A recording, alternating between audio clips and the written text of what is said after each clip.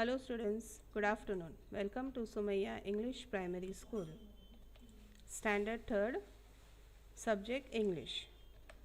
Today we are going to do chapter number 23, The Two Merchants of Seri.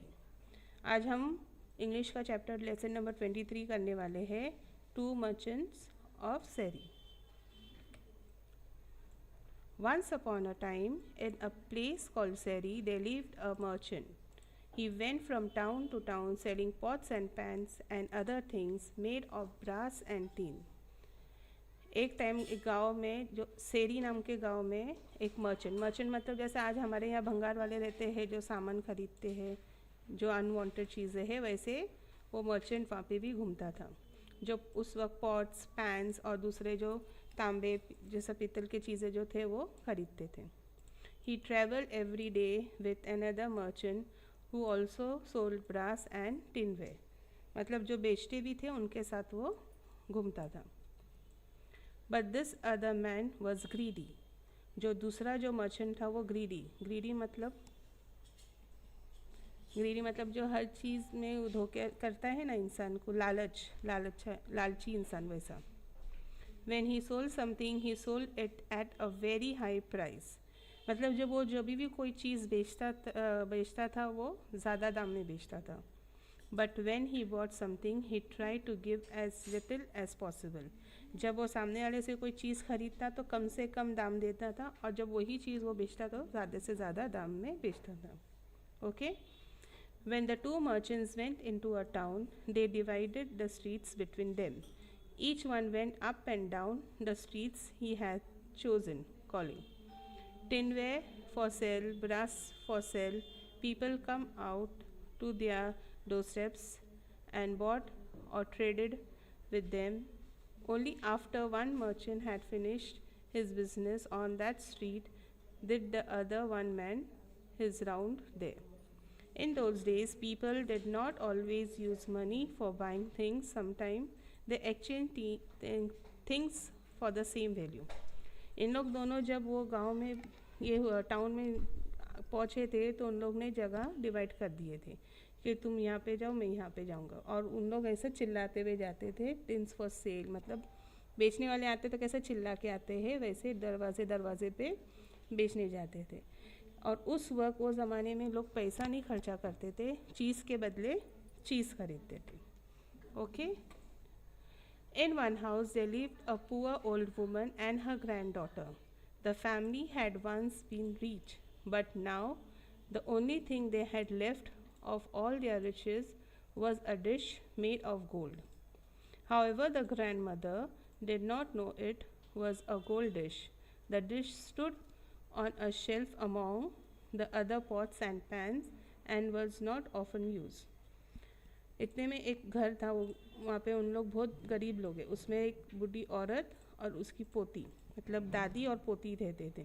लेकिन एक ज़माने में उन लोग बहुत अमीर थे, और जब वो अमीरी के टाइम के जब उनके पास एक प्लेट था वो भी सोने का, लेकिन वो पुराने बर्तनों के बीच में शेल्फ पे रखा रहता था.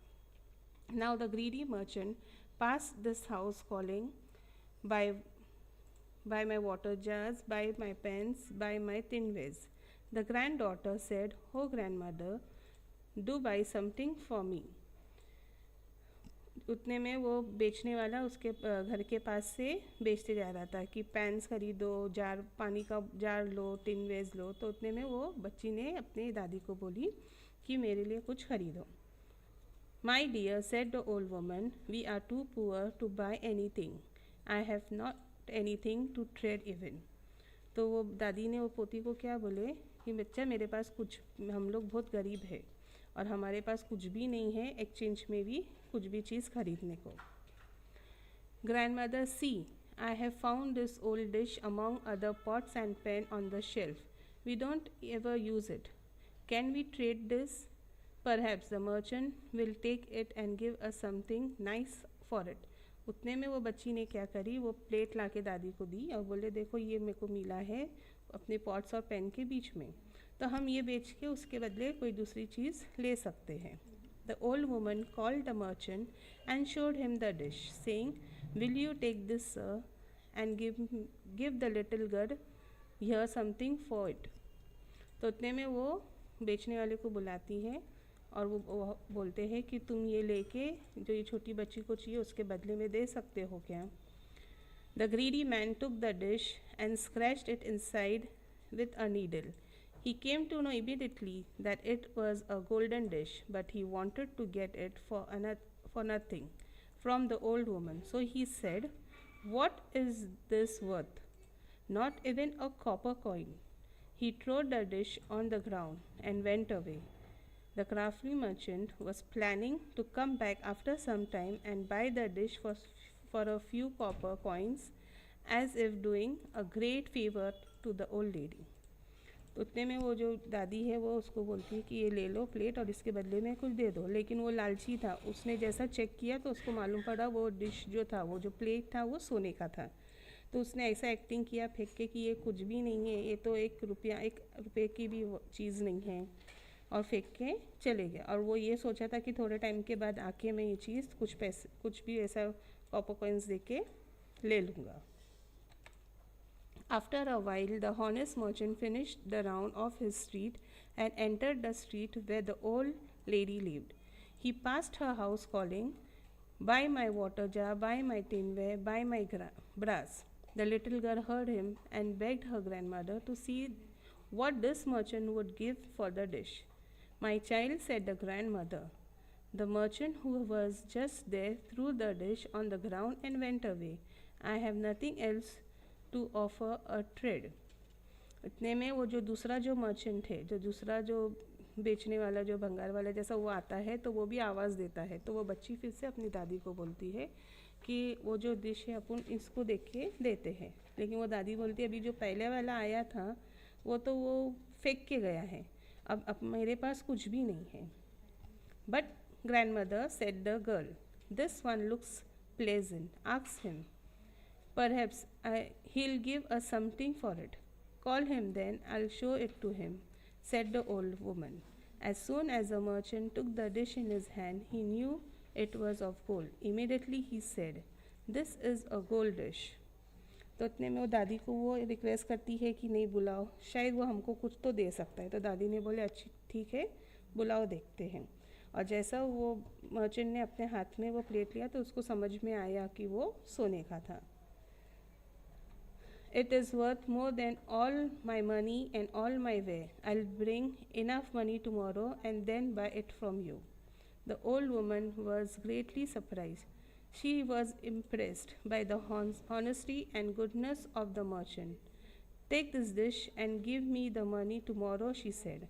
उतने में वो जो मर्चेंट है वो क्या बोलता है कि इसकी कीमत इतनी है कि अभी फ़िलहाल मेरे पास उतना सामान भी नहीं है, उतना पैसा भी नहीं है देने के लिए, मैं कल तुम्हारे से ये डिश लेके पैसा दूंगा।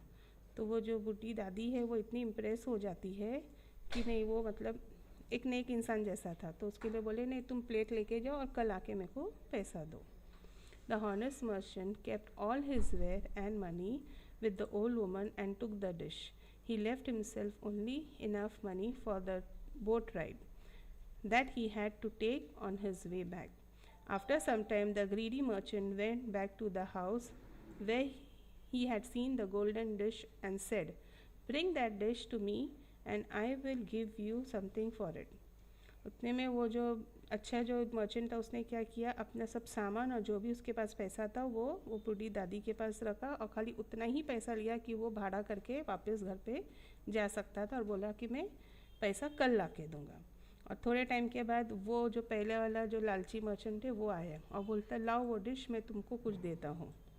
"No," said the grandmother, "you said the dish was worthless, but another honest merchant has paid a great price for it, so I gave it to him. You should not try to take advantage of the poor and needy people." What could the greedy merchant say? He paid the price for his dishonesty and greed. उतने में वो दादी ने क्या बोले, नहीं मैं नहीं दूंगी, क्योंकि मैंने और उससे तुम्हारे से ज़्यादा दाम, और ईमानदार जो इंसान था वो मेरे को उससे ज़्यादा दाम देने के लिए तैयार है, और मैंने उसको वो डिश दे दी। तो तुमको किसी की भी मजबूरी और गरीबी का फ़ायदा नहीं उठाना चाहिए। Okay children, do you all understood this lesson? Thank you.